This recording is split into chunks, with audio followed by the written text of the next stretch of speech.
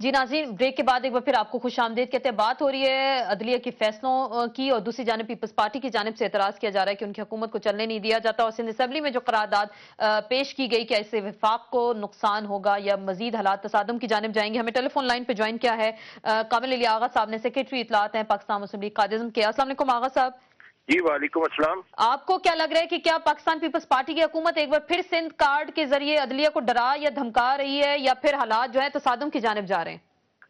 देखिए आसमा, मैं समझता हूँ कि हमारी कौम का अलमिया ये है कि हम तारीख से सबक नहीं सीखते। ये रवैये जो है ये पाकिस्तान में जो जमहूरी सिस्टम है, निज़ाम है, उसको कई मरतबा जो है वो नताइज से जो है वो आगाह कर चुके हैं। अदारों के दरमियान तसादम जो है वो किसी तौर पर भी सूदमंद नहीं होता और उसके नताइज जो हैं वो कौम को भुगतने पड़ते हैं। और ये अफसोसनाक पहलू ये है कि ये दोनों जमातें, मुस्लिम लीग, नून और पीपल्स पार्टी, वो जमातें हैं जिन्होंने इसी काम पे पिछले 8 साल कौम के ज़ाया किए और ये आयन की बालादस्ती की बात करते रहे और 1973 के आयन की असल रूह को जिंदा करने के दावेदार ये है। और ये वो लोग हैं जिन्होंने 18वीं और 19वीं तरमीम जो है हाल ही में इन्होंने ये तरमीम की और अब तो 73 का आयन पूरी तरह जिंदा है और ये सारे के सारे जो है वो आयन से बाला जो है वो रवैये इख्तियार कर रहे हैं। तो ये क्या वाकई आपको क्या लग रही है तौहीन अदालत के मुर्तकिब हो रही है पीपल्स पार्टी की हुकूमत? देखें, ये रवैये जो हैं वो बाहर तौर कौम के फायदे में नहीं जाएंगे। ये तरीकाकार नहीं है। कानून और आइन में अंदर हर चीज मौजूद है और तरीकाकार मौजूद है। आप अगर किसी हुक्म पर और किसी आर्डर पर अगर किसी फैसले पे तहफ़्फ़ुज़ रखते हैं तो उसका तरीकाकार मौजूद है और उसको रिव्यू पिटीशन हो सकती है, रिव्यू में जाया जा सकता है। आप नून लीग को भी देख लें, उधर मियां नवाज शरीफ साहब भी मावरा आयन तजावीज पेश कर रहे हैं और जिसकी आयन में कोई प्रोविजन नहीं है, कोई गुंजाइश नहीं है। तो ये माजी साहब कह रहे हैं कि इन्होंने सबक नहीं सीखा और रवैये जो है ये नुकसान पहुंचा सकते हैं सिस्टम को, फेडरेशन को। बहुत बहुत शुक्रिया कामिल अली आगा साहब ने हमें टेलीफोन लाइन पे ज्वाइन किया। ज़हीम कादरी साहब, बाबर अवान साहब का कहना है कि चेयरमैन नैब की जो चैलेंज किया गया, जो उनकी तकर्री को चैलेंज किया गया, छोटे सूबों की तौहीन है क्या? और जो चौधरी निसार के खिलाफ आज तकारीर की गई सिंध असम्बली में और पंजाब का बार बार हवाला दिया गया, तो आप पहले भी कह रहे हैं कि विफाक इससे कमजोर होगा, लेकिन बड़ी सियासी जमातें अगर इस तरह के रवैयों का मुजाहरा करेंगी तो क्या वाकई फेडरेशन कमजोर नहीं होगी इस तरह के बयानात से? न सिर्फ फेडरेशन कमजोर होगी और वो जो बेड़ा हमने इकट्ठे मिलके उठाया था जब हमने एआरडी बनाई थी, जमहूरियत को बहुत सीरियस नुकसान होगा। और मैं ये समझता हूँ कि पीपल्स पार्टी इटसेल्फ, जो कि यकीनन एक हम मानते हैं इनको वफाक की जमात है, हम भी वफाक की जमात हैं, ये कहते हैं तुम्हारा सिंध से कोई आदमी इलेक्टेड नहीं है। हमने जब 97 में इलेक्शन हुए थे तो हमने इनकी 12 सीटों पे ये नहीं कहा था कि तुम सिर्फ सिंध की जमात हो। तो यार ये हमने मोहतरमा को बाकायदा कश्मीर कमेटी का चेयरमैन बनाया था। आगा साहब की बात का जवाब जरूर देना चाहूँगा। वो ये दुआ कर रहे हैं कि खुदारा कोई जर्नैल आ जाए और आके फिर इनको झोली में बिठा ले, तो वो नहीं होगा। अब पीपल्स पार्टी और PMLN इंशाल्लाह हम डेमोक्रेट्स हैं, हम जमहूरियत की जंग लड़ेंगे, हम जमहूरियत पर ही कारबंद रहेंगे। लेकिन मैं फिर ये इस्तदा करूँगा अपने पीपल्स पार्टी के दोस्तों से कि हम दो मुख्तलिफ आइडियोलॉजीज़ की पॉलिटिकल पार्टीज़ हैं, हम अपनी आइडियोलॉजी के मुताबिक चलेंगे। लेकिन जहाँ तक डेमोक्रेसी का ताल्लुक है उससे अगर हम डेविएट करेंगे, देखिए ना जजों की बहाली इन्होंने की, ये नहीं हम कहते कि इन्होंने नहीं की और ज़बरदस्ती हमने लाके उनको कमरों में बिठा दिया, इन्होंने भी की। प्रेशर यकीनन हुआ, 1.5 साल लगा, लोगों ने मातम किया, इनके अपने लोगों ने जिन्होंने तकलीफें उठाई थी वो चीखे चाड़े।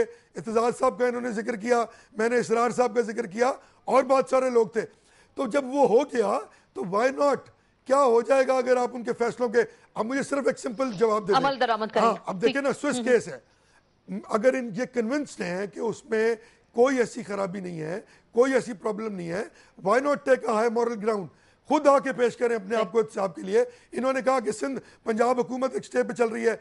आज बलोचिस्तान से ताल्लुक रखने वाले एक जज ने कैटेगोरिकली ये स्टेटमेंट दिया है, ऑब्जर्वेशन दी है कि ऐसी कोई चीज़ नहीं है, और अगर ऐसी चीज़ है तो 14 तारीख को 3 दिन बाद केस मेरे आगे लगाया जाए, मैं देखूंगा और फिर मैं उस पर फैसला दूंगा। तो अगर वो हमारे साथ होते हैं तो वो हमारे केस के बारे में ये क्यों कहते हैं? यार ये ना करें, खुदारा ये ना करें, बहुत नुकसान हो जाएगा। गुफ्तगू सुन रहे हैं, मुझे जो आपकी गुफ्तगू से भी लगा और बार बार आप पूरी सुन रहा हूँ, बिल्कुल आपकी गुफ्तगू से जो बार बार ये चीज लगा, उसकी बहुत इज्जत करता हूँ और एक अच्छे इंसान है, लेकिन अफसोस ये है इन्होंने इससे पहली गुफ्तगू में भी सीओडी की बात की, चार्टर ऑफ डेमोक्रेसी में जो है वो चेयरमैन नैब के लिए भी जिक्र था, लेकिन मैं ये कहता हूं कि उस सीओडी में ये भी था कि हम लोटा कुरैशी को कोई भी पार्टी इंकरेज नहीं करेगी। उसी गुफ्तगू में ये भी था कि हम इस तरह के किसी भी अमल को, किसी भी गवर्नमेंट को डीरेल करके इस तरह हुकूमत से निकालेंगे नहीं, इसी तरह हुकूमत निकालेंगे नहीं। मैं कहता हूं कि पंजाब हुकूमत में हमारे वज़रा का क्या कसूर था जिस तरह उनको निकाला गया। और दूसरी बात यह कि 14th अमेंडमेंट मियां नवाज शरीफ साहब के दौर में ही पास हुई थी और उसमें इस चीज को बाकायदा तौर पे ये चीज वाज़ेह है कि कोई भी अगर इस तरह का शख्स अपनी पार्टी की टिकट से लड़ता है और कोई इस तरह ग्रुप बनाता है तो वो डिस्क्वालीफाई होगा। सुन लेना, जवाब ले लेना। इस तरह लोटा कुरैशी को सपोर्ट कर रहा है, क्या करना, लेकिन वो मेरे दोस्त का कसूर नहीं है, लेकिन उनका लीडरशिप इस तरह के फैसले ले रही है। शर्जील भाई जवाब दे दूं? भाईजान अगर मुझे कंप्लीट करने देते तो ज्यादा मेहरबानी होगी। ठीक है वो लंबी हो जाएगी ना, फिर मैं भूल जाता हूं। पहली बात ये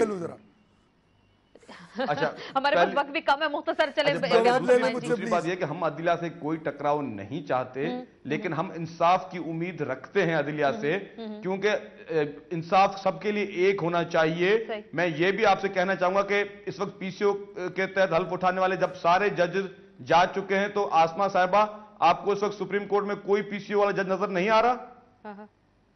आप मुझे जवाब देंगे इसका प्लीज? जी मैं जवाब दे दूं। बिल्कुल आप पूछ रहे हैं जी, मैं जवाब। क्या इस वक्त पीसीओ जिस तरह पीसीओ के तहत हल्फ उठाने वाले सारे जजेस निकल गए, मैं आसमा साहबा से सवाल पूछता हूं, क्या उनको इस वक्त पीसीओ वाला कोई जज नजर आ रहा है या नहीं आ रहा? मेरी बात किसने परवेज मुशर्रफ को वर्दी में इलेक्शन लड़ने की इजाजत दी? उस वक्त कौन था जज? बात सुन ले, अब इस तरह तो नहीं किसने उनके, जिस तरह उन्होंने आइन की धज्जियां उड़ाई परवेज मुशर्रफ ने, किसने उनकी सारी अमेंडमेंट्स को उस वक्त क्यों सब लोग खामोश रहे और किसने उसको लीगलाइज किया? बस तो आवाम खामोश है। मुझे लग रहा है आप इस अदलिया से मुतमईन नहीं है। साहब जी बोले आप मुतमईन नहीं है इस अदलिया से। अगर ये मुतमईन नहीं है भाई तो इनको भी पता था कि पीसीओ का कोई जज है, उस वक्त ना बहाल करते। नंबर 2, इन्होंने सीडीओ का जिक्र, सीओडी का जिक्र किया, तो मैं शेर कहूंगा कि ना आस्तीन पे कोई चींट ना दामन पे कोई दाग, तुम कत्ल करो हो कि करामात करो हो। बलोचिस्तान में जिस तरह इन्होंने लोगों को लेकर हुकूमत बनाई, 4 लोग आज भी बैठे हुए हैं, काफ लीग से जीते थे रिंद साहब, वहां पे लीडर ऑफ द ऑपोजिशन है। गवर्नर रूल मैंने नहीं लगाया था भाई, और आपके पंजाब के सदर ने बाकायदा बैठ के लैला मुकद्दस के साथ प्रेस कॉन्फ्रेंस की थी। और ये आज राजा रियाज साहब ने, सुन लेना, अब हौसला कर लेना भाई, अब सुन लेना।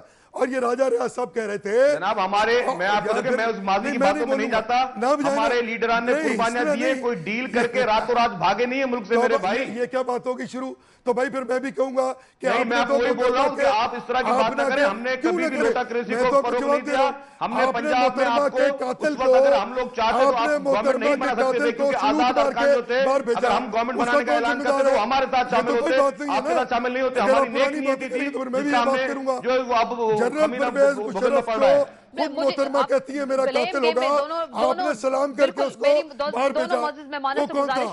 जनाब हमने guard of honour Pervez Musharraf को नहीं दिया, किसको दिया? एक्स प्रेसिडेंट को दिया गार्ड ऑफ ऑनर, जो तो उसका हक है, क्योंकि हम कोई भी चीज पर्सनल इस तरह, तो आप लोगों ने हल्फ भी उससे लिए, आपके वज़रा ने हल्फ भी उसी परवेज मुशर्रफ से लिया। अगर आप नहीं लेते नहीं लेते आप लोग। माजी की बातों में नहीं जा रहा, लेकिन ये बता रहा हूँ कि पीपुल्स पार्टी की लीडरशिप का आप कंपेरिजन किसी से नहीं लेते। हमारे लीडर ने कत्ल की धमकियां मिलने के बावजूद, हमलों के बावजूद कुर्बानियां दी है, रातों रात डील करके भागे नहीं है भाईजान। मेरी गुजारिश है शर्जील मेमन साहब, आप अगर मुझे सुन रहे हैं, दोनों से मेरी गुजारिश है, माजी से जरा बाहर निकल आए थोड़ी देर के लिए, ब्लेम गेम में मत पड़े। आखिरी बात 30 सेकंड्स हैं, आखिरी बात सोल्यूशन की तरफ आए। आपने कहा आपको अदालतों से इंसाफ चाहिए। शर्जील मेमन साहब, इंसाफ चाहिए, अदालत से कोई फैसला करेंगी, उस पर अमल दरामद नहीं करेंगे तो फिर महाजराई तो होगी। इस तरह की नाइंसाफी नहीं होनी चाहिए। जो हुकूमत का काम है वो हुकूमत को करने दिया जाए, और जो अदलिया का काम है वो अदलिया करे। जो पेंडिंग में लाखों केसेस पड़े उन केसेस को निपटाया जाए, ये नहीं कि बहुत शुक्रिया जो है वो पुराने केसेस जो बहुत बहुत शुक्रिया शर्जील मेमन साहब, बहुत बहुत शुक्रिया आपका ज़हीम हुसैन कादरी साहब। आज के प्रोग्राम में हमने गुफ्तगू की जो अदलिया के फैसले आ रहे हैं उस हवाले से अभी तक उन पे अमल दरामद नहीं हो रहा और पाकिस्तान पीपल्स पार्टी ने जो करारदाद सिंध हुकूमत में अदलिया के जो फैसला है उसके खिलाफ पेश की, उस पर कानूनी आईनी माहिरीन का ये कहना है कि तौहीन अदालत के मुर्तकब भी हो सकते हैं, हालात तसादुम की जाने भी जा सकते हैं, क्योंकि अगर अदलिया के फैसलों का एहतराम ना किया गया तो फिर हुकूमत और अदलिया के दरमियान अगर मुहाजरा इस तरह से बढ़ती गई तो फिर इससे फेडरेशन को भी नुकसान पहुंचेगा। और जो सिंधी और पंजाबी की जो बातें हम सुन रहे हैं इन फैसलों के बाद, इससे भी विफाक जो है मजीद कमजोर हो सकता है और उसको नुकसान भी पहुंच सकता है। इसके साथ ही इन सेशन से आसमा चौधरी को इजाजत दीजिए, कल फिर मुलाकात होगी। अल्लाह हाफिज।